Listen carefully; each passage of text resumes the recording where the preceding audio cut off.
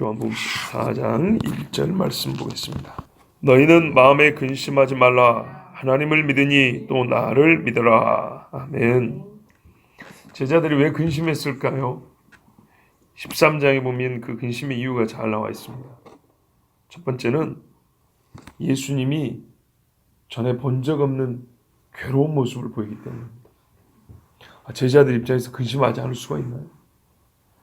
두 번째는 괴로움의 이유가 제자 중에 한 사람이 판다고 말씀하셨기 때문에 어찌 우리 중에 한 사람이 선생님을 팔 수가 있을까? 이 말 듣고 밥이 넘어가면 이상하죠. 세 번째는 예수님이 이제 잠깐 동안만 너희와 함께 있겠다 했기 때문입니다. 얼굴은 못 봅니다. 네 번째는 우리 제자 중에 그래도 최고라고 할 수 있는 베드로마저도 주님을 부인한다고 예수님이 예언을 해버렸기 때문입니다. 이 정도 되면 근심할 이유 충분하죠. 이 정도 되면요, 근심하고 싶지 않아도 근심이 됩니다. 우리 인생에는요, 이와 같이 사람이 어쩔 수 없이 하게 되는 근심되는 일들이 있습니다. 버릴 수도 없고 부정할 수도 없는 엄연한 현실입니다. 중요한 것은 주님께서는 그 근심을 그대로 내버려 두지 않는다는 얘기입니다. 성경에 보면 근심에 관해 주신 말씀이 생각보다 많습니다. 근심하지 말라. 맡겨라. 아버지를 의지해라. 그렇죠. 내일 일은 내일을 걱정할 것이죠. 이런 말씀들이 많습니다. 한마디로 하나님은 우리가 근심에 사로잡히는 것을 허락하지 않습니다. 지금 예수님의 말씀, 어조도 상당히 이거 강한 겁니다. 우리 번역에 이렇게 잘 안 나타났지만 아주 강한 명령조입니다. 강력한 예수님의 마음이 포함된 나는 정말 너희가 근심하지 않기를 바란다. 절대로 근심하지 마라.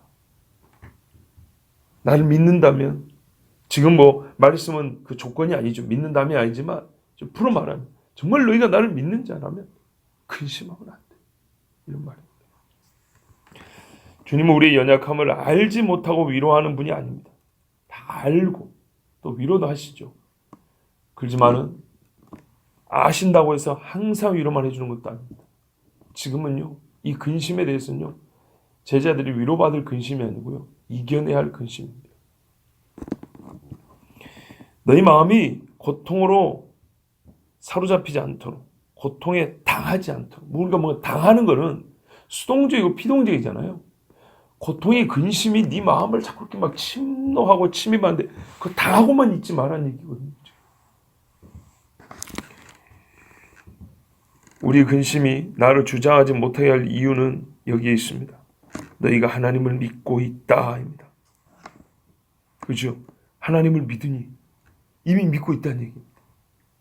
유대인으로서 제자들은 오래전부터 하나님을 알고 믿어왔습니다.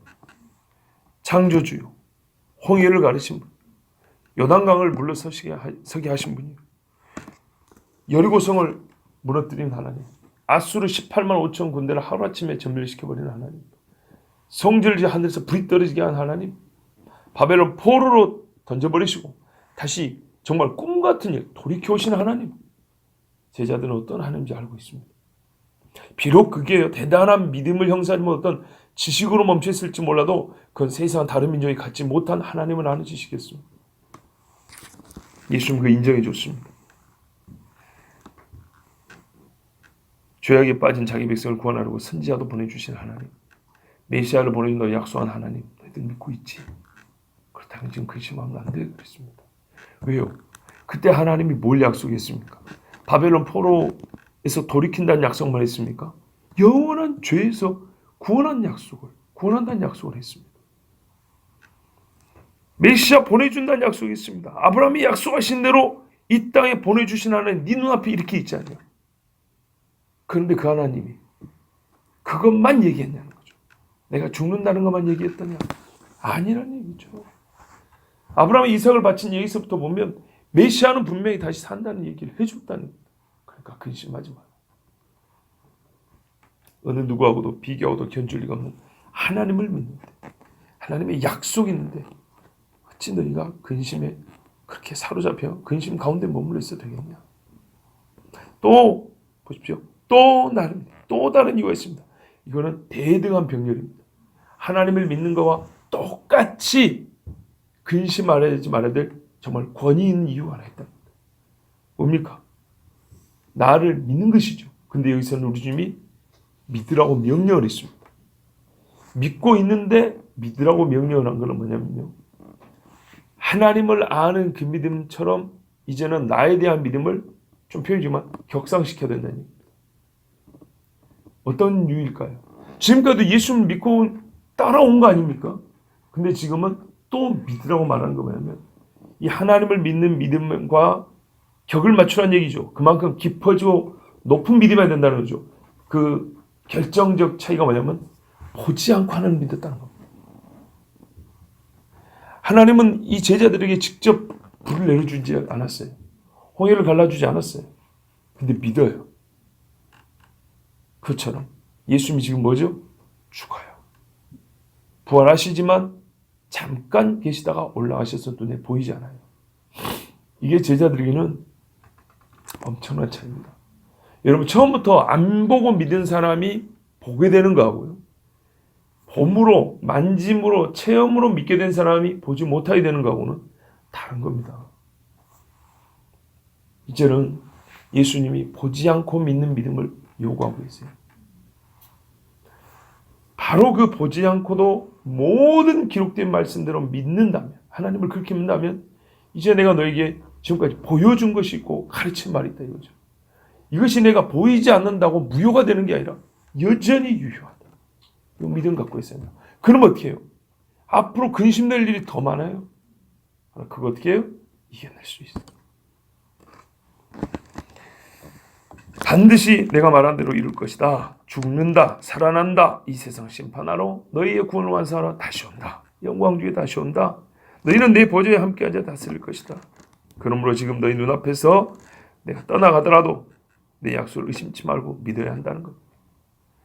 너희가 하나님을 보지 못하고도 그의 행하신 일들을 통하여 그분의 말씀을 듣고 믿은 것처럼 내가 동일한 하나님이니 내가 보이지 않더라도 내 말을 믿고 나의 행한 일들을 기억하고 반드시 내가 죽은 다음에 죽은 자 가운데서 살아나고 부활하고 그러니까 승천하고 다시 올 것을 믿어야 한다입니다. 이것이 바로 우리 신앙을 자유케 하는 겁니다. 여러분 자유 많이 하지만 이 믿음이 이 자유가 어디서 상실되냐면 믿음 없으면서 상실이 됩니다. 믿음 없으면서 하나님의 약속이 부재하게 되니까 세상의 헛된 약속을 끌어들이고 자기가 스스로에게 준 약속들 내 스스로 내가 이러면 어떻게 될까 이런 자기가 만든 거거든요. 여기에 사로잡혀 삽니다. 우리가 근심되지 않는 것뿐만 아니라 헛된 세상에 이 믿음들에 사로잡히지 않으려면 하나님을 믿고 또 나를 믿으라는 예수님의 말씀대로 예수 그리스도의 말씀을 믿어야 합니다. 그러면 진짜 우리 영혼은 자유로워집니다. 주와 선생이신 예수님의 말씀을 들은 베드로는 믿음의 후대들에게 예수님께서 가르쳐 주신 그대로 전했습니다. 근데 이거를 교훈으로 전하기보다는요. 이미 이 교훈을 살고 있는 자들에게 기뻐서 외침으로 기록한 말씀이 있어요. 베드로전서 1장 8절 9절에 보면 이렇게 되어 있어요. 예수를 너희가 보지 못하였으나 사랑하는도다. 보지 못하나 믿고 말할 수 없는 영광스러운 즐거움으로 기뻐하니 믿음의 결국 곧 영혼의 구원을 받음이라. 제자들 말이죠. 그러니까 12제자 말고요. 예수 믿고 따르는 사람들 말이죠. 영혼의 구원을 받고 나서 이 사람들이 어떻게 살아냐면 예수님을 사랑하고 영광스러운 즐거움으로 기뻐한다는 거예요. 근데 이게 놀라운 이유는 뭐냐면 얘들은 본 적이 없어요.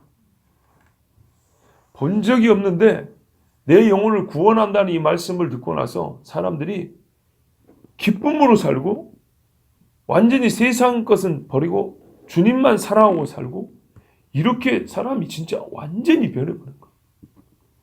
예수님이 지금 3년 동안 같이 데리고 다녀도 이 제자들은 이거를 깨우치지 못했고 그렇게 변화되지 못했었는데 베드로의 후대 사람들, 오히려 자기들을 통하여 복음을 들은 그 사람들은 옛날 자기 때보다 훨씬 나은 거예요. 그래서 베드로가 너무 기뻤어요. 그래서 외쳤어요. 예수를 너희가 보지 못했으나 사랑한다. 얼마나 멋집니까? 그들 믿음을 인정해 주는 말이었어요. 여러분, 우리가 이 한 가지, 우리도 예수님 보지 못하고 살지만 여러 근심된 일이 있어도 믿음으로 이겨야 되겠다. 이렇게만 끝내면 조금 부족합니다. 왜냐하면요, 제자들은 먼저 예수님을 보고 시작했다 그랬죠. 자, 우리는 안 보고 시작했습니다. 어떤 의미에서는 이 제자들이 지난번에도 말씀드렸던데 보고 시작해서 안 보게 되는 이 충격을 극복을 해야 되는 단계인데요. 그러면서도 여전히 믿음을 지켜내야 되는 그 준비를 지금 해야 되잖아요. 그런데 우리는 처음부터 본 적이 없기 때문에 이 변화의 충격은 우리가 솔직히 없어요. 계셨던 분이 떠난 이 충격은 없다고요. 이제 어떻게 해야 되지? 우리 믿음이 이게 지켜질 필요가 있는 건가? 이런 고민할 필요 없다. 우리는 처음부터 보지 않는 상태에서 믿었다. 베드로가 말하는 그 이후 세대들처럼 보지 않고 믿었어요. 감사하게도 그런 믿음을 갖게 됐어요. 그러면 우리는 예수님의 지금 말씀하는 이 시점을 보면 이 시점의 제자들은 넘어선 거예요. 우리는. 그죠? 이 현재로서. 그때의 제자들은 우리 넘어섰다고요. 안 보고 믿으니까. 그러면 우리에게는 어떤 것이 이때의 제자들보다 더 많은 것이 알려졌기 때문에 우리는 이때의 제자들을 넘어섰냐면 우리는 예수님 십자가 죽은 다음에 태어났잖아요. 이 사람들은 십자가 아직 못 봤어요. 그래서 뭔지 잘 몰라요. 부활 못 봤어요. 이때 당시를 얘기한 겁니다. 현재적으로. 부활 도무지 감을 잡을 수가 없어요. 근데 우리는 뭐 진짜인지 가짜인지 모르지만 예수님 묻혔다가 부활했다는 무덤도 요즘에는 가볼 수가 있어요. 그 사람들이 가보니까 비었다라는 증언도 있어요. 그리고 뭐라 그러냐면 예수님이 이 말이 곧 예수님의 이 모든 복음이 너희를 통해 세상에 선포되어 증언되고 땅끝까지 복음이 증거될 거라 했는데 당대로서는 이거는 정말 꿈에서도 있을 수 없는 일이었어요. 유대인들의 이 종교관념으로는 허락도 안 됐을 뿐만 아니라 이게 어떻게 가능하단 말이에요. 현실적으로 이거는 진짜 불가능했어요. 하려고 해도 안 되는 일이에요. 근데 지금 우리는요, 그게 이루어진 것을 보고 살아요. 그렇다면 우리에게는 다 보았고 다 경험했다면 이런 일들이 근심이 안 돼야 되죠. 그렇죠? 제자들보다 훨씬 더 근심스러운 일들도 근심이 안 돼야 되겠죠. 그렇지 않습니까? 그런데 가만 보면 훨씬 더 사소한 일로 근심합니다. 보세요. 제자들은요 지금 먹고 마시는 걸로 근심 안 해요. 답으로 예수님 따라왔잖아요. 잠자는 것으로 근심 안 해요. 그렇죠. 사람들이 높여주지 않는다고 근심 안 해요. 물론 그 뒤에 가면 좀 이상한 얘기 나와요. 뭐 오른쪽에 앉네 왼쪽에 앉네 이런 얘기 나오는데 전체적으로 보죠. 근데 그들은 다 버린 그물 우리는 그거 갖고 근심하고 있다고 지금. 고기 한 마리가 더 잡혔네 덜 잡혔네 이걸로 근심한다. 그러니까요. 많이 받은 자에게는 많이 달라는데 우리가 지금 가만 보니까 많이 받았거든. 2000년 동안 누적된 성경의 뭐랄까요? 실제 증거들을 우리는 받고 신앙생활을 시작했단 말이에요. 그런데 근심하는 이유는 제자들보다 훨씬 적급해요. 그물 던지고 온 사람들 앞에서 우리는 조금 덜 먹는 것 같고 근심하고 있단 말이에요. 자, 여러분, 예수님 말씀하셨습니다. 그렇다면 우리 잘 생각해 보자고요. 너희는 근심하지 말라. 하나님을 믿으니 또 나를 믿어라. 우리 이제 그 다음으로 가야 되겠죠.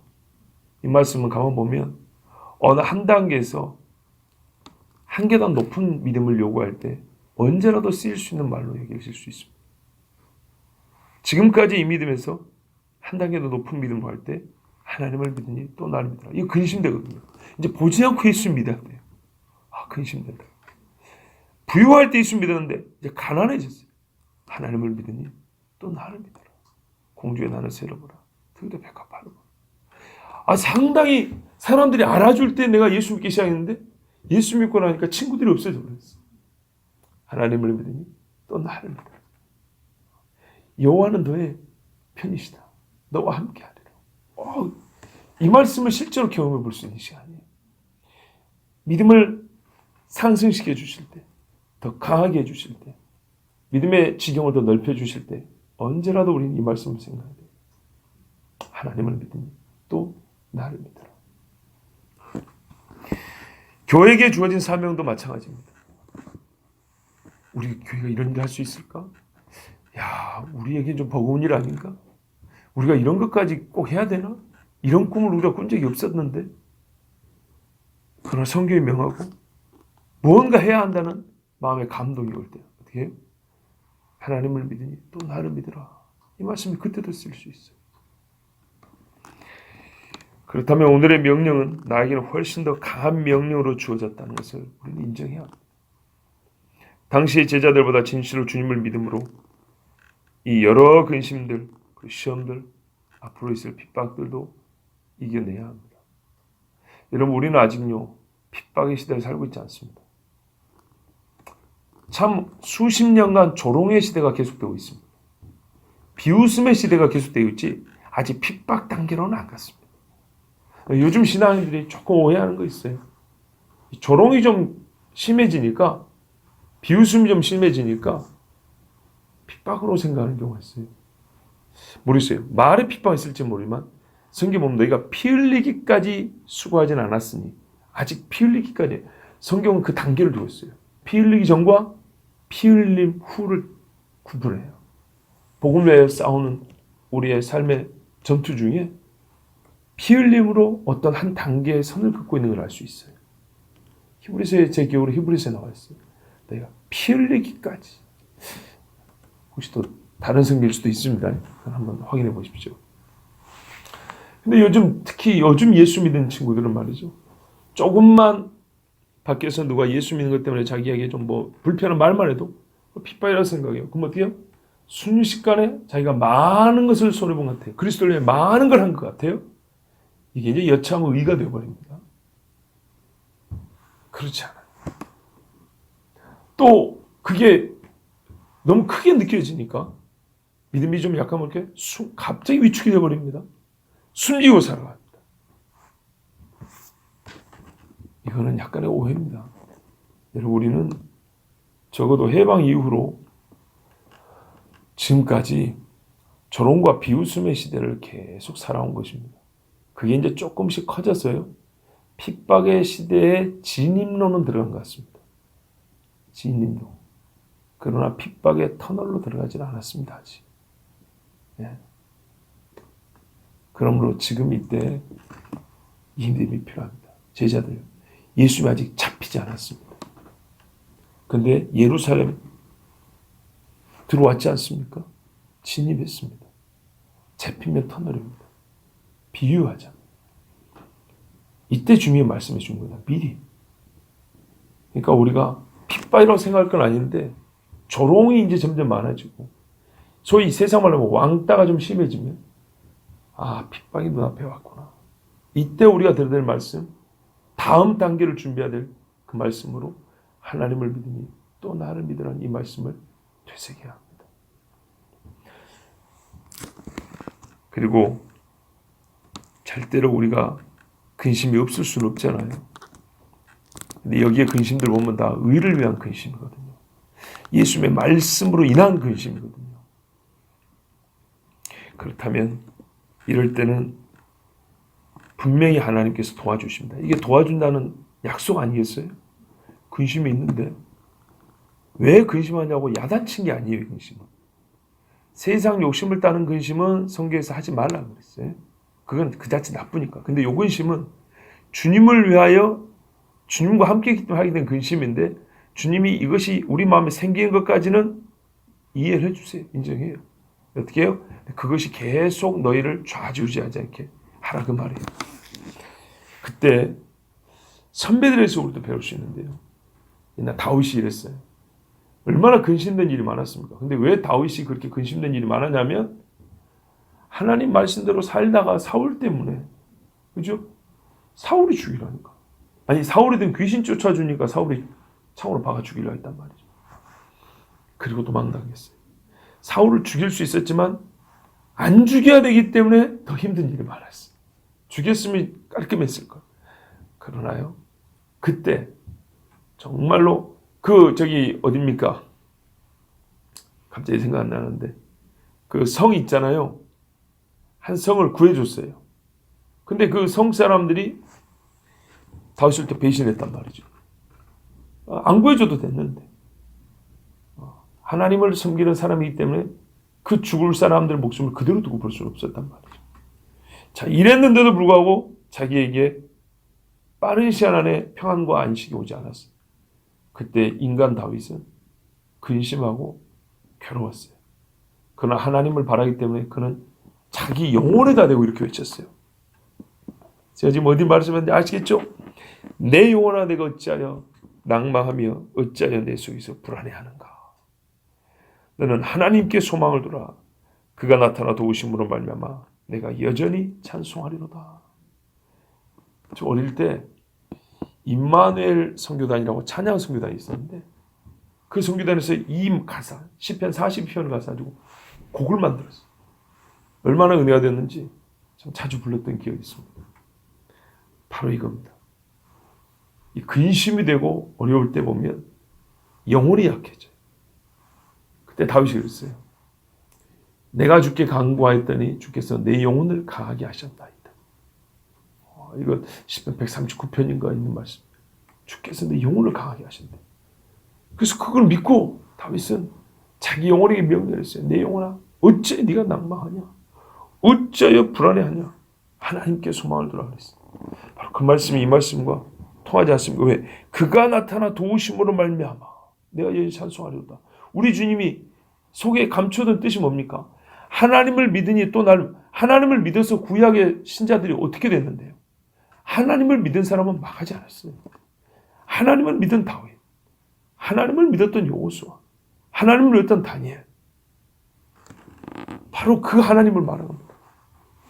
내가 여전히 너희들과 함께하리라. 그래서 이어지는 약속이 뭐냐면 성령입니다. 성령을 보내서 내가 너희와 보이지 않지만 여전히 함께할 것이니 너희는 나를 믿고 이제 그 근심을 벗어나라. 우리 주님이 이렇게 말합니다. 그러면서 자연스럽게 뭐가 이루어진다고요? 이제 보지 않고 믿는 믿음으로 믿음이 커집니다. 격상되어 갑니다. 자, 우리 주님 우리에게 말씀합니다. 우리가 복음 때문에, 진리 때문에, 의로움 때문에, 의로움이라고 우리의 의로움이 아니라 하나님이 우리 말씀하신 그 의 때문에 세상에서 근심하게 되는 일이 반드시 있게 될 겁니다. 아직 거기까지 이르진 않았습니다. 근데 그 이르는 초입에 우리 주님은 말씀하셨습니다. 근심하지 말라고. 근심하지 않을 수 있는 이유를 가르쳐 주셨습니다. 그리고 이 일로 말미암아 제자들이는 이 근심을 넘어서면서 그 다음 단계의 성숙한 믿음으로 자랄 수 있었습니다. 우리에게도 이와 같은 은혜가 있기를 바랍니다. 기도하겠습니다. 하나님 아버지, 오늘 이 주일날